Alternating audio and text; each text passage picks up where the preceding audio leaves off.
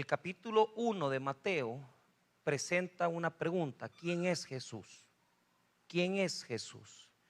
Y todo el capítulo 1 va a referirse a responder esa pregunta. Entonces, lo que habla Mateo 1 es explicarnos la procedencia, el origen del Señor. Pero para explicarnos la procedencia de Jesús, hace un listado genealógico. ¿Qué es una genealogía?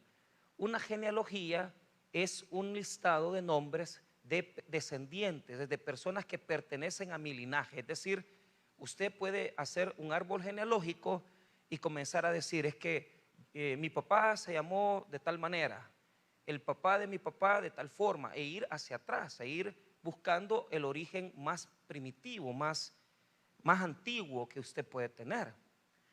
¿Quién de los que estamos aquí presentes nos enorgullecería saber que nuestros padres fueron asesinos, fueron personas de mala reputación? A la gente lo que le gusta es saber que son hijos de gente de alcurnia, de prestigio, gente que tiene algún tipo de clase social.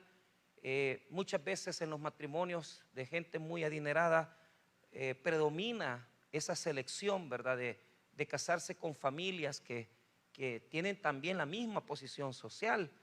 Cuando uno analiza la cuestión del matrimonio como tal, una de las cosas que sí es relevante es esa condición social. Muchas veces matrimonios que se han suscitado de personas con mucho dinero y personas que tal vez no tienen esa gran cantidad de masa económica han fracasado, porque suele pasar que los que tienen un poquito de plata se casan con gente de plata.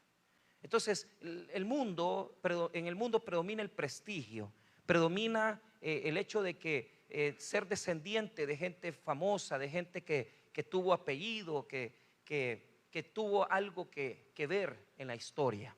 Pero ¿qué pasa?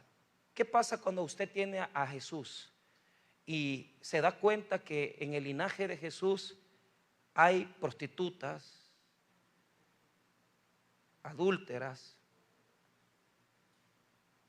y mujeres de mala reputación? ¿Ah? Entonces nos atrae, nos llama la atención, porque ninguna genealogía tiene nombre de mujeres, porque las mujeres en el mundo judío no importan. Las mujeres en el mundo judío no son relevantes. Lo que es importante son los varones, porque los varones dan la descendencia. Los varones son los importantes en las familias judías. Entonces, ¿qué es lo relevante de esta genealogía? Que aparece el nombre de 5 mujeres. 5 mujeres.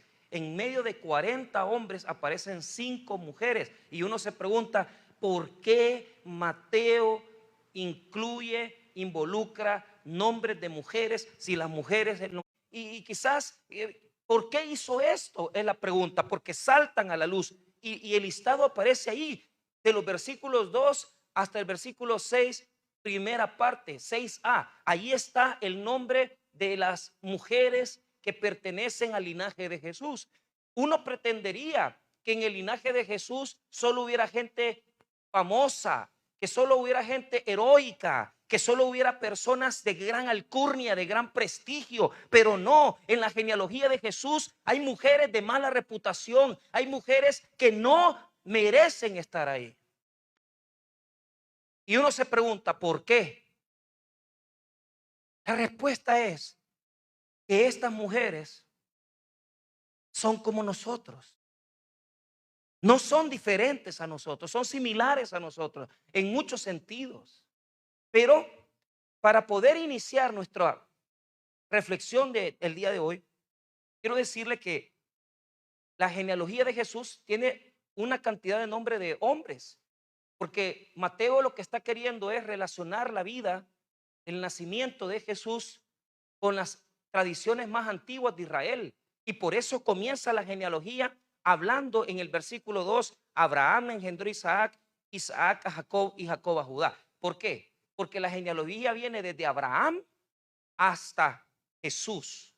Pero mire bien, la genealogía tiene 3 etapas.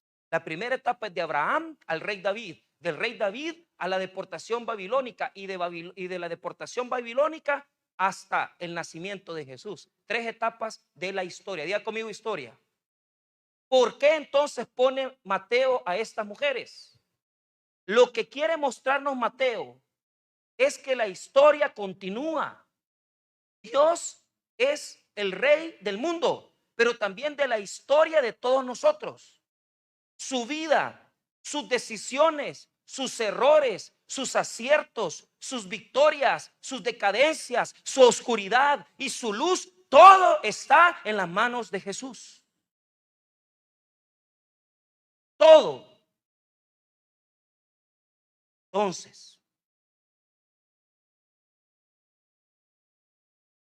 si Mateo nos presenta a estas mujeres, es porque algo bueno hay detrás de todo. Cuando yo estudié teología, a mí lo que me dijeron es lo que yo les estoy diciendo ahorita. Que estas mujeres eran prostitutas, que estas mujeres eran adúlteras, pero momento.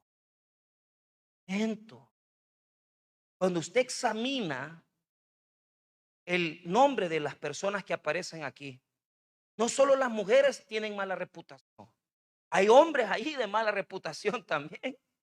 Imagínense David, un asesino.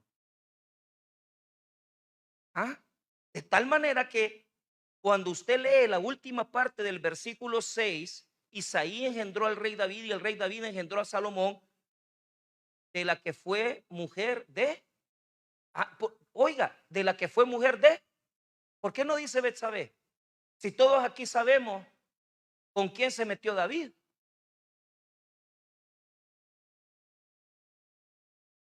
Pero ¿quién fue el que se metió con ella? Fue David. ¿Y qué hizo David? David mató, asesinó, mintió, se involucró con una mujer que no era de él, la embarazó. Entonces, la historia de las mujeres no es tan diferente a la historia de los hombres. Y las fallas de los hombres no son tan diferentes a las fallas de las mujeres. Pero, ¿cómo podemos nosotros comenzar esta historia? Vaya, hablemos con claridad. ¿Cuáles son el nombre de estas 5 mujeres? Primero, la que aparece llevando el desfile de las ancestras de Jesús es nada más y nada menos que Tamar. Versículo 3, Tamar, ella es la primera, la que viene encabezando el desfile. Entonces, Tamar es una mujer mala. Así me lo dijeron a mí. Segundo nombre, abajito en el versículo 5, Salmón engendró de Rahab. ¿Quién es Rahab? La mayoría de los que estamos aquí, que hemos leído el libro de Josué, nos topamos que en los primeros 3 capítulos aparece el nombre de Rahab. ¿Quién es Rahab? Una prostituta. Tercer nombre, creo que dice, Salmón en el 5 engendró de Rahab a Booz. Booz engendró de Ruth a Obed y Obed a Isaí. ¿Y quién es Ruth? Una viuda pobre. Pero Ruth no es prostituta, pero viene de un pueblo que es lo peor del mundo, los moabitas. Ella viene de una raza de personas detestadas por Israel. O sea, no solamente es ella la detestable, sino que es toda la raza de Ruth la que es detestable para Israel. Esa es la cuarta. La tercera, perdón. Y el cuarto nombre es cuando se menciona a la mujer de Urías, que no quiso, el escritor no quiso poner Betsabé, no lo quiso hacer, porque mire cómo lo pone. ¿Mujer de quién? Bueno, esta que no se casó con David. ¿Cómo no? Pero después se casó, ¿verdad? Pero fue mujer de Urías, porque primeramente era la mujer de Urías. Y David se robó a la mujer de Urías. Y el quinto nombre es María. En el verso 16, Jacob engendró a José, marido de María, de la cual nació Jesús llamado Listo. ¿Y ella qué, pastor? Si ella es una mujer digna, correcto, pero ¿qué te parecería que de un día para otro una mujer desposada, una mujer que tiene compromiso con otro varón, queda embarazada y no es de quien está desposada, sino que es de otra persona o ser? Entonces, María tiene que bregar con el hecho de que hay personas que se van a dar cuenta que ella quedó embarazada antes de casarse, de poder consumar el matrimonio con José. Y por eso es que el verso bíblico dice, marido de María, de la cual nació Jesús llamado el Cristo. Pero era como aquello de que, bueno, y entonces, ¿quién es el papá del niño de María? Porque vea lo que dice el 16, y Jacob engendró a José, marido de María, de la cual nació Jesús llamado el Cristo. Pero ¿qué pasó? No dice que José lo engendró. En las otras anteriores declaraciones, mire lo que dice el versículo número 13. Zorobabel engendró a Abiud y Elequín Azor. Azor engendró a Sadoc. Mire el 15. Eliud engendró a Eleazar. Todos engendran menos José. Y entonces esta María, ¿de dónde salió embarazada? Esa es la pregunta que hace el lector.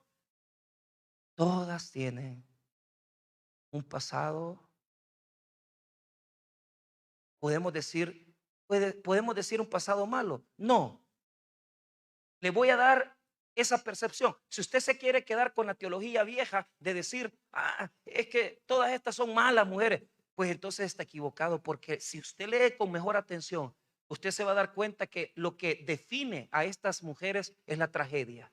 Todas experimentaron tragedias en sus vidas, tragedias dolorosas, tragedias difíciles que les obligaron a tomar decisiones por su vida. Entonces, yo quiero quitarle a usted esa mentalidad de que de irse por encima de las cosas, porque muchos de nosotros así somos. Vemos a una persona y dimos, este es el amante, es que este es fulano, hace esto o miente o estafa, y nos quedamos por encima. Pero cuando vamos dentro, cuando nos detenemos en la lectura bíblica y comenzamos a sacar el entretejido del texto bíblico, nos damos cuenta que hay más. Diga conmigo, hay más. No podemos encerrar a una persona en un estigma. No podemos encerrar a una persona en algo pequeño. Tenemos que ir más allá. Y entonces, pastor, ¿qué me quiere decir? Bueno, lo que le quiero decir es, primero, veamos quién es esta Tamar. Tamar, en Génesis 38, aparece como una mujer que ha sufrido. ¿Por qué? Ella se casó con un hombre llamado y falleció.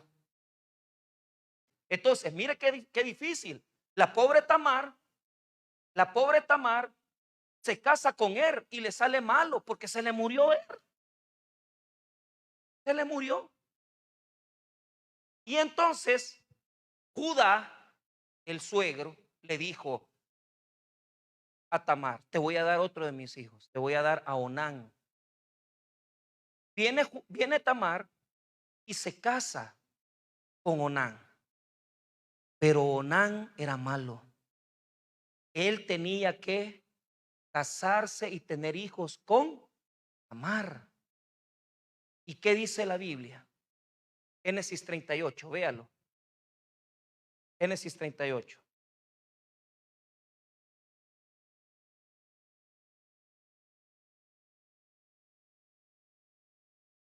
Mire lo que dice el verso 4. Génesis 38, 4. Concibió otra vez y dio a luz un hijo y llamó su nombre Onán. Ese es el esposo de Tamar. Pero ¿qué sucede? Mire abajito, dice el verso 6. Después Judá tomó mujer para su primogénito la cual se llamaba Tamar. Y el primogénito de Judá, fue malo ante los ojos de Jehová y le quitó Jehová la vida. Entonces Judá dijo a Onán, llégate a la mujer de tu hermano y despósate con ella y levanta descendencia a tu hermano. Y sabiendo Onán que la descendencia no había de ser suya, sucedía que cuando se llegaba a la mujer de su hermano, vertía en tierra por no dar descendencia a su hermano. ¿Qué hacía Onán? No quería darle hijos a Tamar. Pero eso nadie lo sabía. Solo lo sabían ellos dos. Solo lo sabía Onán y Tamar. Entonces, cuando era momento de embarazarla, él vertía en tierra y no podía embarazarla. Pero eso solo lo sabía Tamar y Onán. Pero ¿sabe cuál fue el problema? Como los dos eran malos, y Onán, Dios mató a Onán y a Entonces esta es una mujer que ya estuvo con dos hombres. Ella es buena. ¿Quiénes son los malos? Los varones. Pero nadie sabe. ¿Qué es lo que sabe la gente? Que ella mata a los varones. Que ella es una mala mujer. Esta representa todas aquellas que tienen una fama y que de repente tuvieron una relación o tuvieron una situación de fractura con una persona y de repente tal vez tuvieron la oportunidad de volver a tener otra relación. Pero ¿qué sucede? Es que lo que sucede es que ella es recta, pero los hombres no la saben apreciar. Y Dios le mató ya dos varones. Entonces, cuando ella llega donde su suegro y le dice: mire, Judá, se me murieron ya dos, porque usted solo hijos malos, pícaros tiene. Y le pidió que le diera el tercero. ¿Y sabe qué hizo Judá? No te voy a dar otro hijo porque vos sos mala, vos sos mujer mala.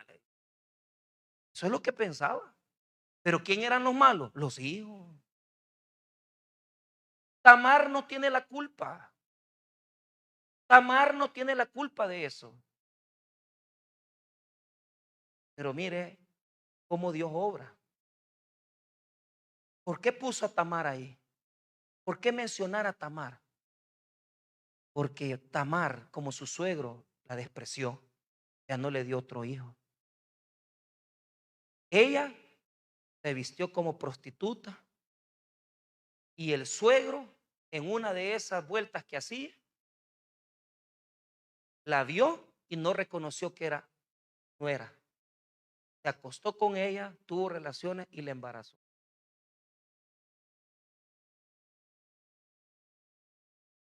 Juro, tener un hijo de un suegro, ese es un desastre. Pero ¿cuántos aquí no han vivido así? Que de repente, nos metimos con una persona, tuvimos un hijo allá y de repente nos volvimos a casar y tenemos de dos familias.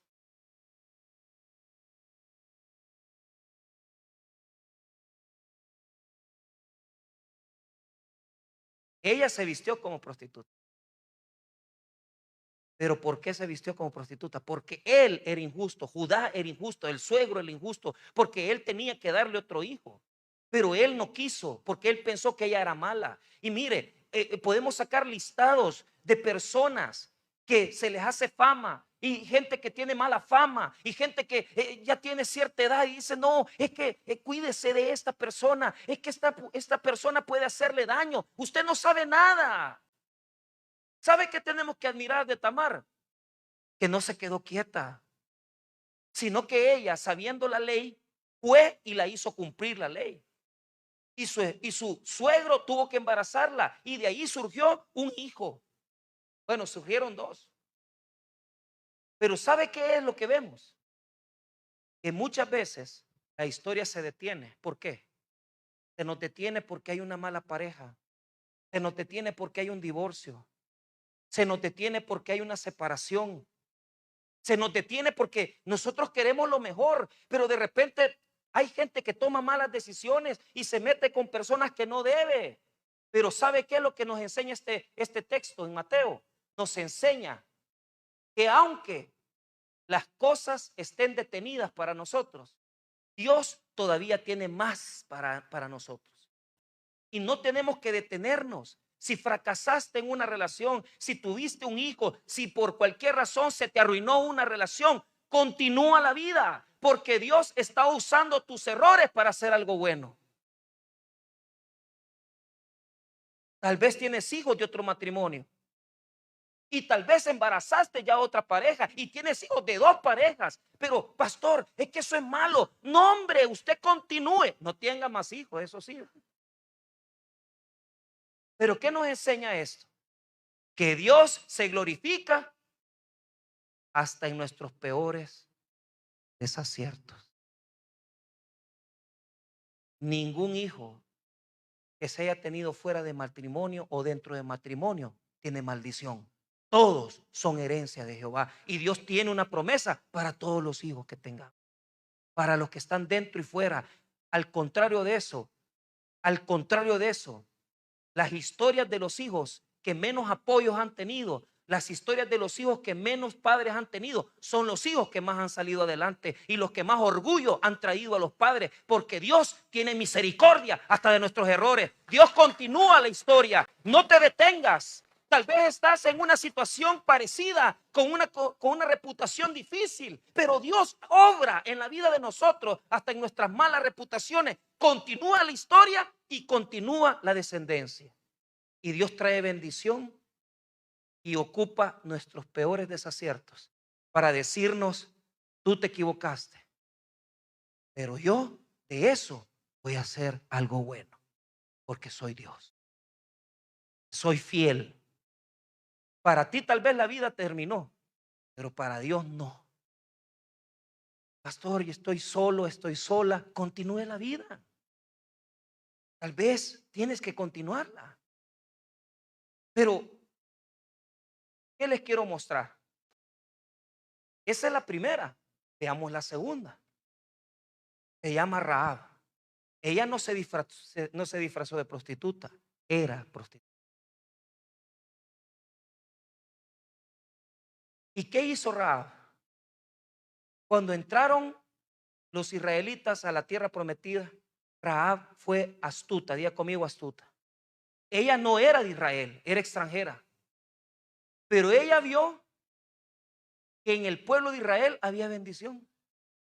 Entonces, cuando los israelitas entraron a Jericó, ella ocultó a los espías de Israel.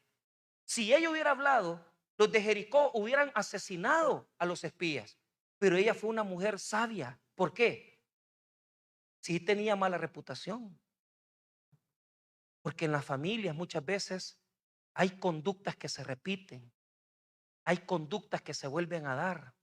Tal vez no es la prostitución, puede ser el alcoholismo, la droga, puede ser la homosexualidad. Y no es que sean maldiciones. Es que las cosas vienen en la familia. Pero ¿sabe qué?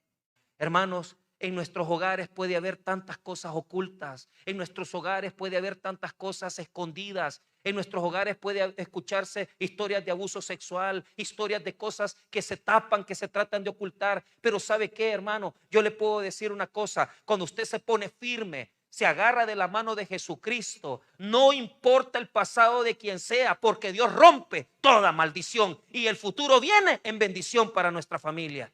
No importa lo que haya habido atrás. No importa lo que haya habido atrás. Dios toma la historia negativa. Dios toma la oscuridad de nuestra vida y la vuelve luz. Y la vuelve luz de bendición para nuestras generaciones. No tienen por qué vivir en maldición.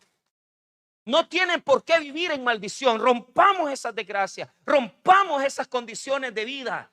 No hagamos que nuestros hijos sigan una conducta de maldición. Lejos de eso, impongámosles manos, oremos por ellos. Pero hay que romper maldiciones, esquemas. ¿Sabe qué es lo que admiramos de Rahab? Tenía una mala vida. Pero el día que ella dijo hasta aquí,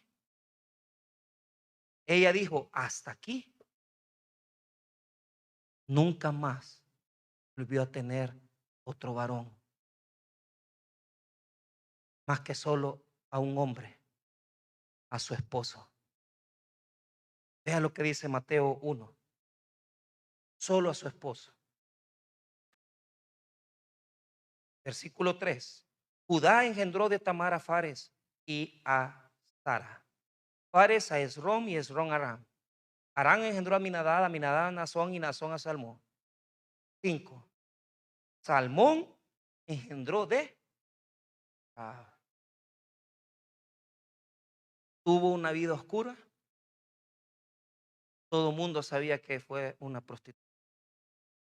Pero ella hizo un compromiso con los espías. Les dijo: déjenme vivir a mí y a mi familia, llévenme con ustedes, porque he conocido que en ustedes está el Dios verdadero, el Dios de Israel, el Dios que cambió la historia, el Dios que abrió el mar y que sacó a Israel de Egipto de la esclavitud. Esta mujer no era judía, esta mujer no era israelita, pero sabía dónde estaba la bendición, sabía dónde estaba la bendición. Oiga bien, hermano y hermana, después de tener una vida y una historia difícil, usted tiene que buscar dónde está la bendición. Usted tiene que buscar dónde está la bendición. Usted sabe perfectamente, así como esta mujer Rahab le dijo a los espías: yo sé que el Dios de ustedes es el que los liberó de Egipto. Yo sé que el Dios de ustedes es el que partió el mar en dos. Y yo sé que el Dios de ustedes es el que les va a dar la tierra. Esta mujer no era judía, no era israelita, pero ¿saben qué? Sabía dónde estaba la bendición. ¿Y sabe lo que la salvó? La salvó el seguir adelante y decir: yo quiero estar donde está la bendición. Ella se acercó al Dios de Israel, a Jehová. Ella se acercó al Dios de Israel y fue bendecida porque Dios le dio un esposo y ese esposo se llamó Salmón. Salmón la embarazó y pasó a ser parte del linaje de Jesús, porque ella decidió no acostarse con otro hombre más.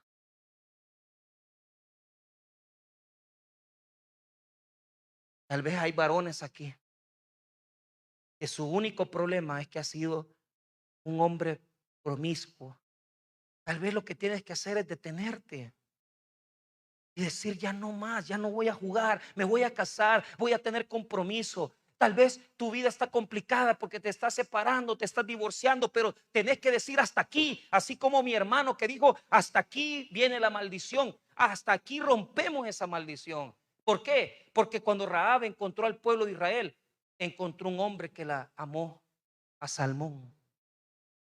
¿Sabe qué significa Salmón? Diga conmigo: recompensa. Cuando uno sabe esperar, cuando uno se detiene y dice: ya cometí demasiados errores, Dios te recompensa por tus errores. Cuando tú te detienes, cuando tú paras y cuando tú quieres hacer algo nuevo en tu vida, cuando tú quieres cambiar de destino. ¿Qué hizo Rahab? Se fue con los de Israel y Israel la recibió como parte del pueblo. ¿Sabe? Esta mujer perseveró, no se quedó quieta, buscó la bendición de Dios. Y eso es lo que tenemos que hacer. Tal vez te ha pasado lo mismo que esta mujer, una historia similar. ¿Qué tienes que hacer? Busca la bendición de Dios, busca la palabra, busca las predicaciones, busca el estar en las cosas de Dios. Comienza a tener una historia diferente, comienza a hacer que Dios te levante, porque Dios te va a dar una nueva dignidad. Dios te va a levantar, Dios te va a dar una nueva dignidad. Y así como la dignidad, te va a dar también un esposo, una recompensa. Pero la recompensa más grande no es un hombre ni una mujer, la recompensa más grande es Dios. Rahab supo detenerse. Hay que saber dónde parar. Yo admiro esos hombres y mujeres que dicen: hasta aquí, esta es la última cerveza que me voy a tomar. Hasta aquí, con esta es la última mujer que voy a acostarme. Con este es el último varón que me voy a acostar. Ya no más, ya no más, ya no más. Paremos. ¿Por qué? Porque Dios quiere hacer algo nuevo en tu historia. Pero no puede si tú sigues cogiendo más. Porque tú te equivocas, pero Dios nunca se va a equivocar. Él sabe qué persona traerá a tu vida. Rahab nos enseña que esta mujer era una prostituta. Pero lo que nos demuestra es que si podemos detenernos, si podemos parar, Dios está dispuesto a darnos un salmón. ¿Y qué es un salmón? Un nuevo futuro. No te mereces nada. No te mereces nada porque ya pasaste la cuarta, la rompiste. Pero Dios tiene un nuevo futuro para ti. Dios tiene un nuevo futuro para nosotros. Dios tiene un nuevo futuro para los que quieren creer en Él. Dios tiene un nuevo futuro para los que quieren hacer algo nuevo en su vida. Dios te dará una recompensa. Diga conmigo: Dios te dará una recompensa. Téngase, pare, reflexione, tome decisiones, que Dios quiere hacer algo nuevo en su vida. Tercer nombre, esta es más conocida. Mire lo que dice el versículo 5. Salmón engendró de Rahab a Booz. Booz engendró de Ruth a Obed. Este es la llamada Ruth, la moabita. Ruth tuvo una historia un poco difícil. Se casó con un hombre de Israel y quedó también viuda. Ella perdió a su esposo, pero la historia de Ruth es un libro compuesto en el mismo Antiguo Testamento. Nos cuenta algo maravilloso de Ruth. Ella tuvo que decidir a quién seguir. Ella tuvo que decidir a quién seguir. Tenía una suegra. Ella quedó viuda bien joven. Y su suegra Noemí le dijo: Ruth, ve y escoge otro hombre, porque yo ya no te puedo dar más hijos. Pero Ruth no quiso buscar otro hombre, sino que ella decidió quedarse con Noemí, su suegra. Noemí era una mujer amargada. Dice la Biblia que cuando ella llegó nuevamente a Belén, a la casa de pan, la gente se acordaba de ella y decían: esta que no es Noemí, la que se fue con su esposo y sus hijos de la casa de Belén y se fue buscando otra tierra extranjera. Y miren cómo regresa ahora, regresa sola, regresa sin su marido, regresa sin sus hijos. Diga conmigo: regresa vacía. Eso es lo que pasa cuando te apartas de la casa de pan. Quedas vacío. ¿Cuánta gente ha quedado sin fuerzas? ¿Cuánta gente por irse al mundo ha ido a conocer una vida donde los han dejado totalmente sin nada? Perdiste cuántas cosas, perdiste tu familia, perdiste las bendiciones. Noemí perdió todo, pero al perder a su marido y perder a sus hijos, Noemí regresó a su tierra y ella le decían: esta es Noemí, la que se fue llena, pero ahora regresa vacía. Así es muchas veces la vida. Por un tiempo estás lleno de bendiciones, lleno de dinero, lleno de prosperidad, pero por otro momento, por tus malas decisiones, quedas totalmente desvalijado. Así pasa, así sucede, así sucede la vida, así es.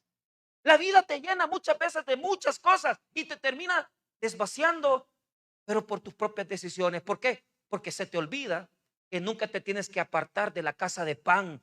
La casa de pan es la casa de bendición. La casa de pan es Jesucristo. ¿Para qué te apartas si allá afuera no hay nada que ir a buscar? Fuera de Cristo no hay nada. Pero esta mujer Noemí le decía a las mujeres: no me digan Noemi, díganme Mara. En hebreo Mara significa amargura. Ya no me digan Noemí, dulzura, díganme amargura.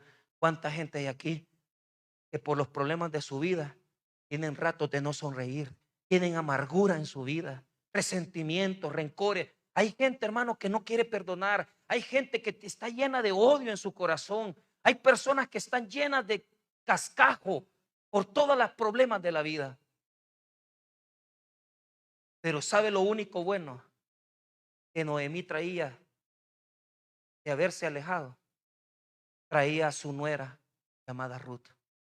Y Ruth le dijo a Noemí: Noemí, yo puedo buscar otro marido, yo puedo buscar otro esposo, pero no voy a hacer eso. Voy a estar contigo. Y ahí se cita aquel versículo precioso donde Ruth le dice a Noemí: tu pueblo será mi pueblo y tu Dios será Dios. Eso es lo que tiene que hacer usted. Eso es lo que tiene que hacer usted. ¿Y qué tiene que hacer? Si la vida te desvalijó, si las situaciones te llevaron a una crisis, ¿qué tienes que hacer? Regresa a la casa de pan. Pero sabe, Ruth no se dejó amargar la vida por su suegra y tomó la mejor decisión. ¿Sabe por qué? Porque Ruth se puso a mantener a su suegra. Y eso es algo tremendamente grande, porque aquí hay un montón de mujeres que mantienen sus familias. Aquí hay un montón de personas que son el sostén y dicen: no, yo no me voy a ir por el camino fácil. Yo puedo tener varias malas decisiones, pero yo voy a buscar a Dios. Yo no voy a buscar más derrotas. Yo no voy a buscar ser más la burla de las personas. Yo voy a buscar a Dios. Porque yo sé que en la casa de pan yo nunca seré avergonzado. Y sabe que en la casa de pan Dios tenía preparado algo especial. ¿Por qué? Muchos aquí son como Ruth, que valen lo que vale 3 hombres. Hay personas que valen su peso, porque es gente aguerrida, es gente, hermano, que son gente trabajadora, son gente que le hace frente a levantarse temprano y hacen el esfuerzo y hacen, limpian, van, ganan poquito, pero van ahorrando y con lo poquito le van pagando los zapatos a los hijos. Hay gente así, como Ruth, que no se permiten a sí mismos vencerse, aunque la vida los dejó vacíos, aunque los problemas los dejó vacíos, no se amargan, sino que continúan la historia, porque Dios es un continuador de historias. Y muchas veces, aunque lo perdas todo, Dios es capaz de sacarte de la bancarrota y seguir adelante contigo. ¿Sabe? Ruth encontró a una persona llamada Booz. Y Booz, yo siempre he pensado que Booz era gordo, fíjese, no sé por qué. Porque Booz era buena onda. Era buena onda. Desde que vio a la Ruth, bonita la moabita, dijo, ah, no, hombre, esta no es de mi pueblo, está chula la mujercita esta. Pero, ¿qué le dijo a sus hombres? Déjenle las gavillas de trigo que ella la recoja. Oh, era un hombre misericordioso. La bendecía, la ayudaba. Y sabe, Ruth se casó con Booz. En Booz encontró Ruth la bendición de Dios. Porque muchas veces no la vas a encontrar en otros hombres ni en otras mujeres. Solamente la vas a encontrar en Jesucristo, que es la casa de pan. Dios tiene voz para nosotros. Porque llega un momento en la vida que todo lo que se te quitó, Dios lo multiplica en tu vida y dice, toma, aquí te doy. Aquí vas a ir. ¿Cuánto tiempo quisiste ir a Estados Unidos? Aquí está la visa. ¿Cuánto tiempo quisiste trabajar? Aquí tenés tu trabajito. ¿Cuántas veces quisiste tener tu familia? Aquí está tu familia. ¿Por qué? Porque cuando usted se sabe portar fielmente con Dios, Dios no lo deja avergonzado. Ruth encontró a Booz y en Booz encontró la bendición de Dios. Él era la bendición del Señor. Tal vez la vida te ha dejado en amargura. Tal vez la vida te dejó en una situación difícil. Dios está dispuesto a devolver porque Dios restaura.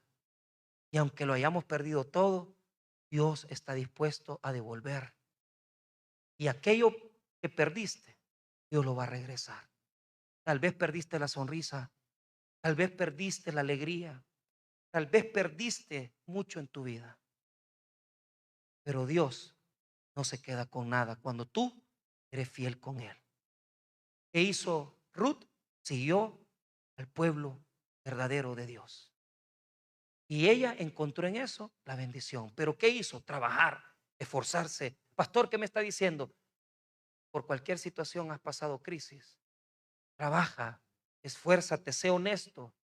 No te corrompas. No busques las decisiones sencillas y fáciles. Busca a Dios, porque Él tiene la recompensa para tu vida.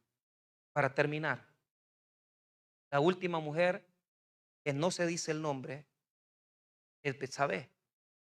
Y esa forma de decir de la que fue mujer de Urías, lo que significa es que Dios recuerda nuestros errores, porque Dios siempre va a tener en cuenta nuestras fallas.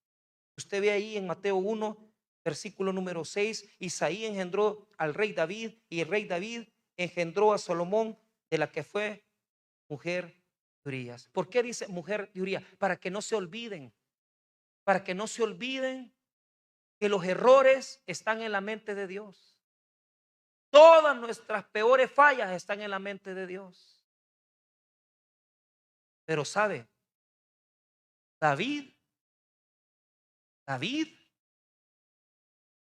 violó el mandamiento de no adulterar. Violó el mandamiento de no matar. Porque cuando vio a tremenda mujer, la codició, la mandó a traer Cuando dice el texto que Betsabé se lavó, en el hebreo lo que quiere decir es que había terminado su periodo menstrual y habían pasado los días de su periodo menstrual.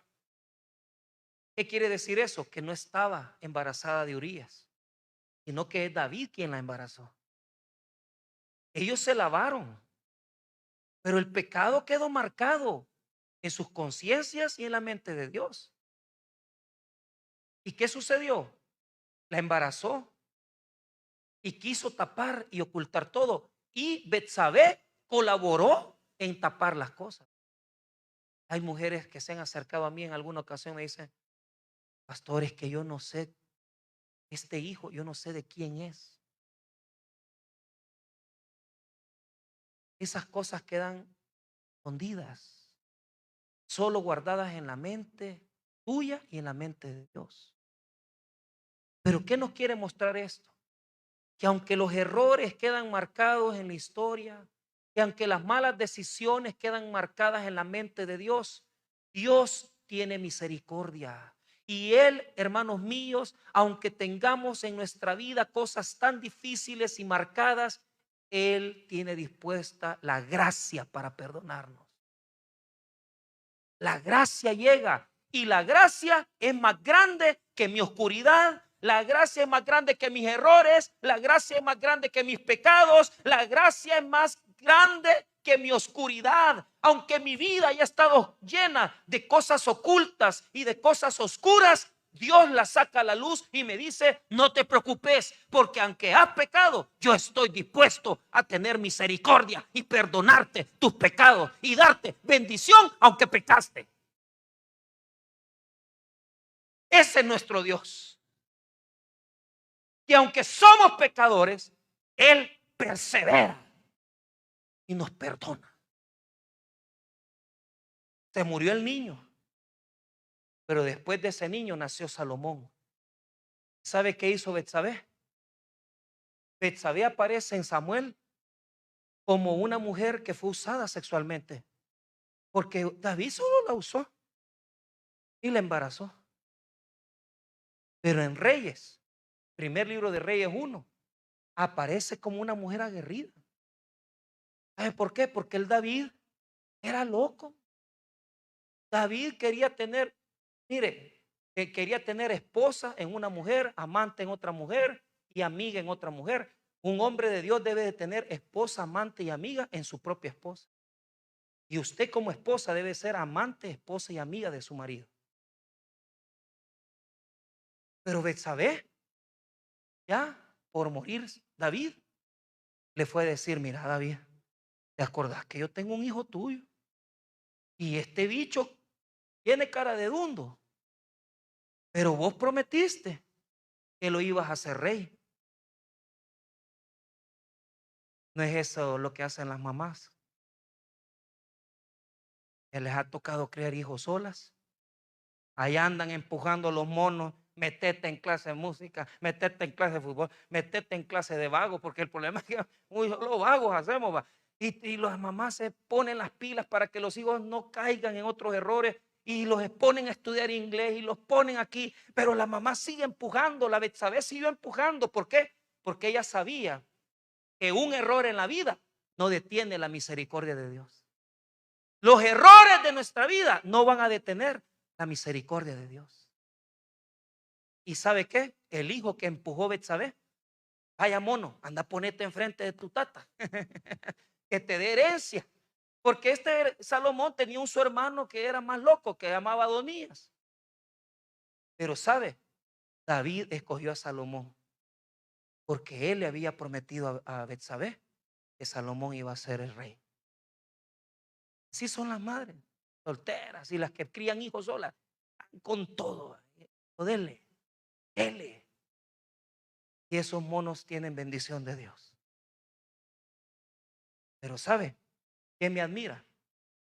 Que la historia continuó.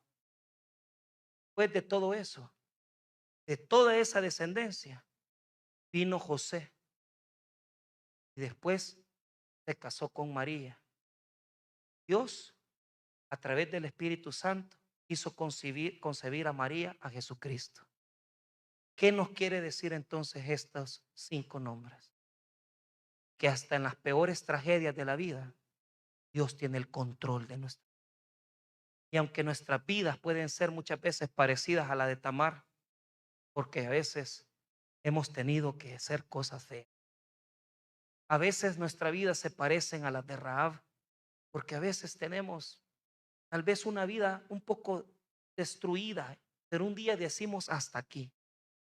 O puede ser como la de Ruth, que le tocó vivir las peores cosas de la vida, la amargura total, solo cosas malas le pasaron. Pero Dios le mandó un Salomón, un Booz, que le recompensó y le bendijo, igual que a Rahab. O puede ser su historia como la de Betsabé, errores que han quedado ocultos, escondidos, que tal vez solo usted sabe, pero Dios también lo sabe. Pero no importa cuál haya sido tu situación, o que te hayan tratado de ser un hijo ilegítimo, como pudieron haber tratado a Jesús, porque muchos sabían que probablemente José no era el padre de Jesús. Yo no sé cuál es tu historia, pero lo que yo sí te puedo decir es, Dios ocupa los peores errores para glorificarse en nuestra vida. Y aunque vengamos de una vida difícil y complicada, Dios siempre tiene una promesa para cada uno de nosotros. Y esa promesa es Jesucristo. Sigue adelante, continúa, y aunque te detengas en muchos problemas, no te preocupes, porque Dios es el Dios de la historia, que progresa en la historia, que bendice en la historia y que está dispuesto a levantarnos aún nuestros peores errores. Dios se glorificará. Vamos a orar, hermanos. Padre, gracias por tu palabra. Gracias, Señor, por tu misericordia. Tal vez hay alguna persona en esta tarde que necesita recibir a Cristo como Salvador personal.